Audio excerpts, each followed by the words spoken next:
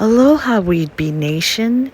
This is Travelin' Bee with some ramblin' while we're walking.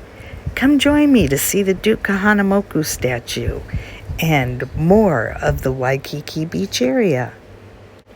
Duke was a surfer during the days when they still used the traditional surfboards made from koa wood. Now the koa tree is an important tree here in Hawaii. It was used for making canoes, surfboards, and today we use it for things such as ukulele and furniture.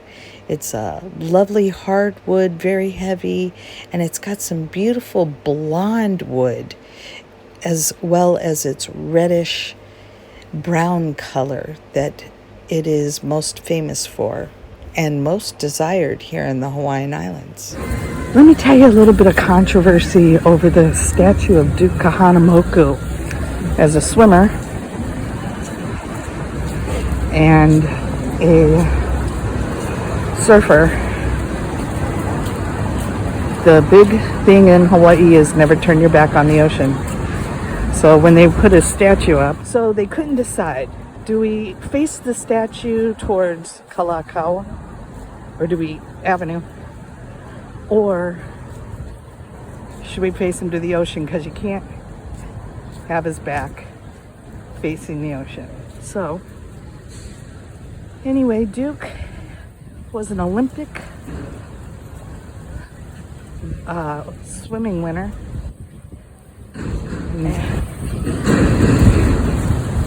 And a surfer. And I'm talking the days when surfboards were made out of koa wood. And they were a good 100 pounds probably to carry down to the beach.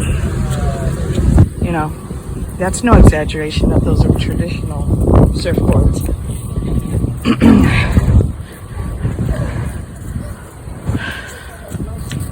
Okay. I gotta take off my glasses to see here. All right.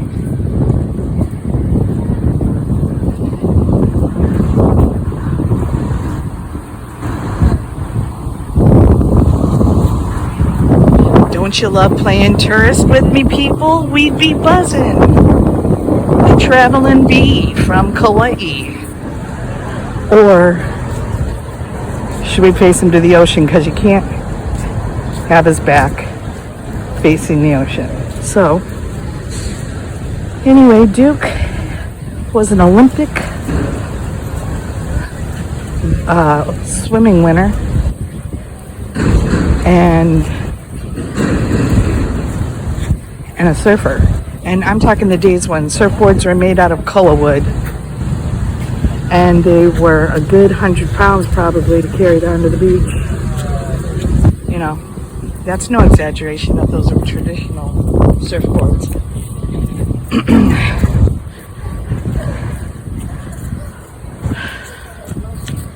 Okay.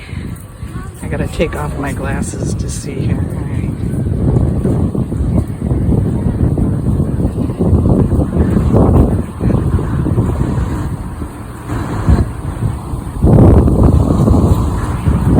Don't you love playing tourist with me, people? We'd be buzzing. Oh, these are the, yeah. Last year we had an incident with domestic violence, and these two police officers were lost in the line of duty. That was like March of 2020, somewhere around there.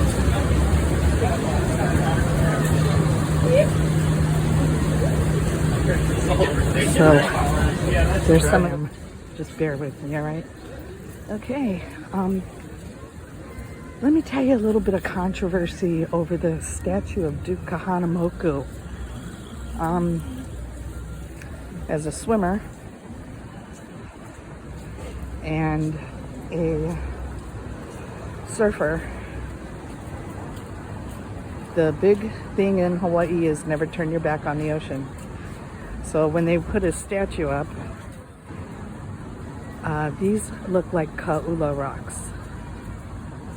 Kula, the fishing shrine rocks. Okay, let's go back to the Duke Kahanamoku information. And this is Waikiki Beach, people. No need to go there. I live in Honolulu.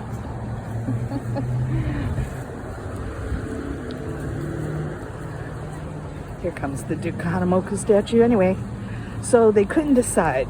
Do we face the statue towards Kalakaua, or do we Avenue, or should we face him to the ocean, because you can't have his back facing the ocean? So anyway, Duke was an Olympic swimming winner and a surfer. And I'm talking the days when surfboards were made out of koa wood, and they were a good 100 pounds probably to carry down to the beach. You know, that's no exaggeration that those are traditional surfboards.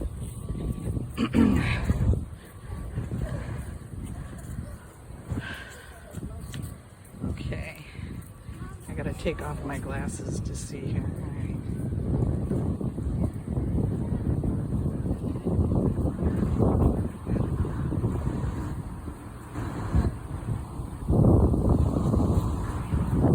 Don't you love playing tourist with me, people? We'd be buzzing. The traveling people.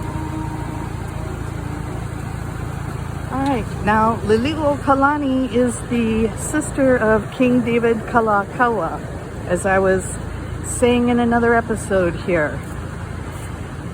David Kalakaua built Iolani Palace, which we may be going to today.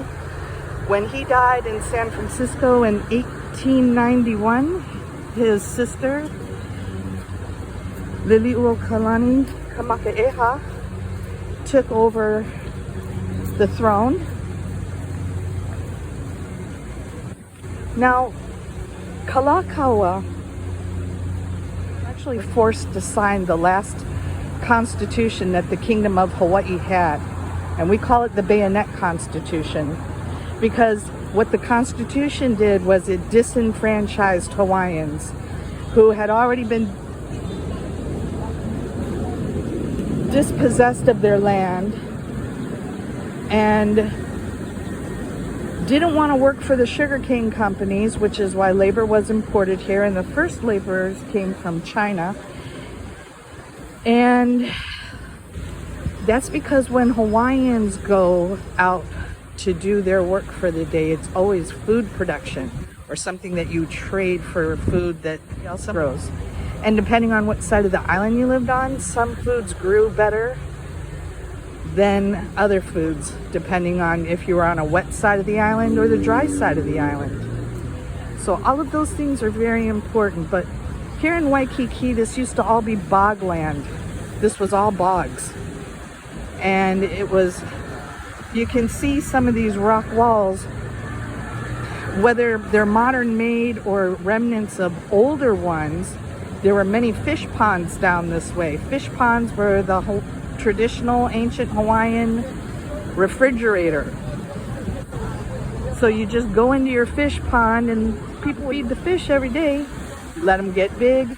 You have gates that kept the big fish in, allowed little ones in at times to make sure that you had ponds of young and old fish, small and big, and different types. And so you just go out, scoop it up in a coconut weaved basket.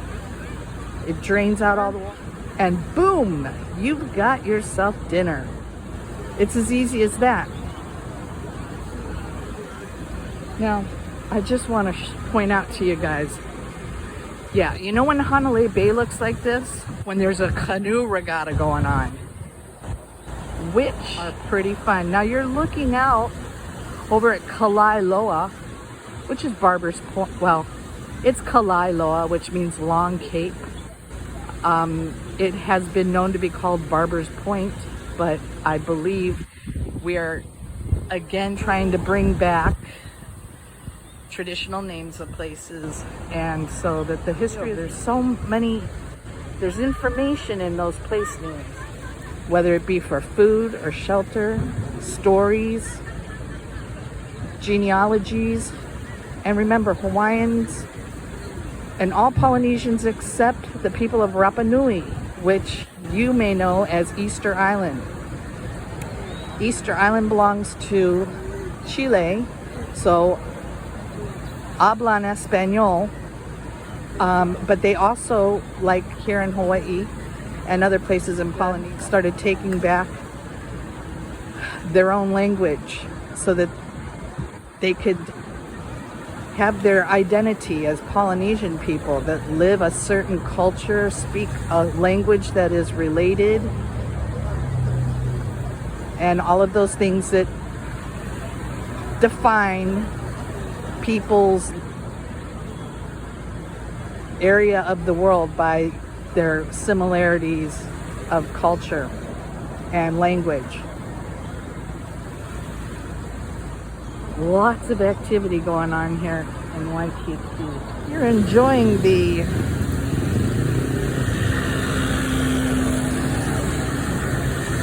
cruise around Waikiki.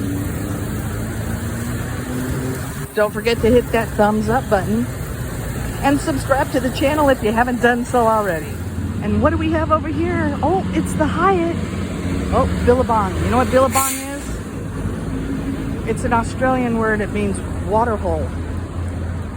Okay, this is the Hyatt, but take a look underneath where it says the Hyatt. Guess what it is? It's at the ABC store on the corner. This one is not located next to the glass shop on the corner, located next to the ABC shop on the corner. But go figure. I think I'm gonna write a grant and find out just how many ABC stores are in a 1 mile square area. Okay, that's a big ABC store too. But I like the one down on Hobron and Ala Moana. It's like a big store in there.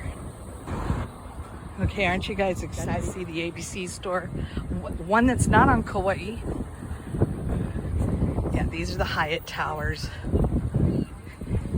And you got plumerias. Did I ever tell you guys about the coconut tree? I bet I didn't tell you guys about the coconut tree and what it represents here in Hawaii, did I? Well, this one, these ones are, what would we say? Okay, well, this is the importance of coconut trees in Hawaii. But we have to keep them neutered. No, not neutered. We have to keep ours, okay, here's the deal. Coconut is the most resourceful tree in the Pacific.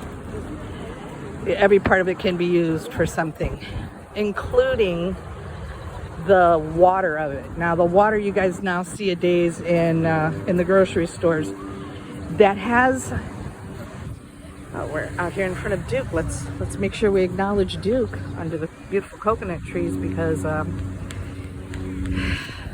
that's what gave him made him healthy. Fish, poi, and coconut water. And I'm talking about the kind you guys now buy. Those come from the new hau, which is a green coconut, and they're not mature coconuts. And so the meat in the middle, although it's very thin, it comes right out. Call it spoon meat. It's very tasty. The mature nut gives the oil, and of course that's what all these buff Waikiki surfers would grease up with before, you know, going out to surf. That's how they got those beautiful bronze tans. Now then, the coconut tree, because of its resourcefulness, if you go into somebody else's land district and you cut down you slash down their coconut trees, you're declaring war with them. So the god of war, Ku, he's associated in that sense with the coconut tree. Then you have Kane, and I've talked a little bit before about Kane. Kane literally means man, male in Hawaiian. And the coconut tree is representative of reproduction for him. And I've had to tell this story to 9th graders, so I tell it gingerly.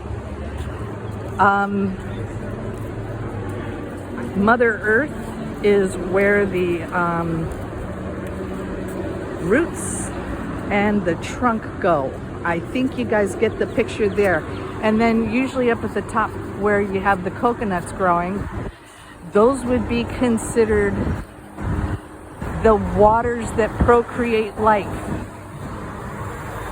So it represents the male phallic symbol in all sense of the word, or all sense of the general area, okay?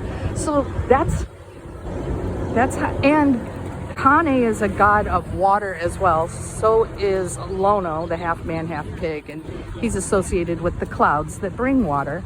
But Kane is found in the waters everywhere, from the mountains, and even they say floating in the air. And when they say the water that floats in the air, they're literally talking about coconuts, because you drink the water from the coconuts. Here's the beautiful coconut trees. You'll never look at a coconut tree the same way again, will you?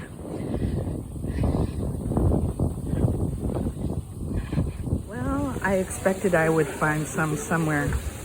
This is the kalo plant.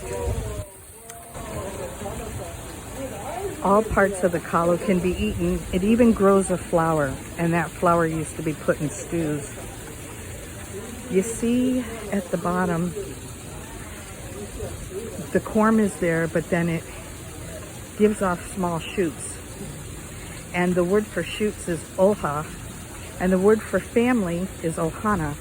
And so it's connected. It's a long story about Haloa, the name of the oldest brother of the Hawaiian people.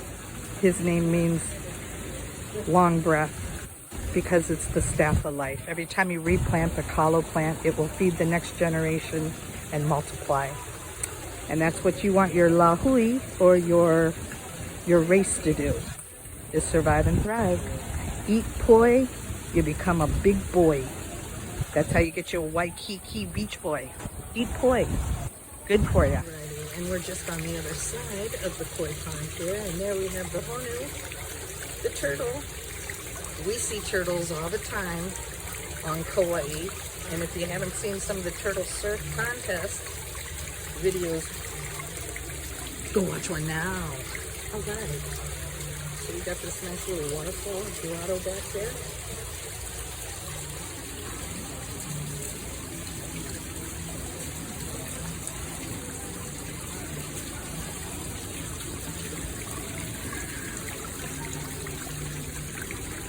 Ferns, more kalo. And the lolu, which is the palm fan tree, fan palm. You know what? For weed bee buzzing, traveling bee is buzzing and flying high. This is Weed Bee Buzzin', thanking all of you for joining me on this Waikiki adventure. Until the next video, aloha.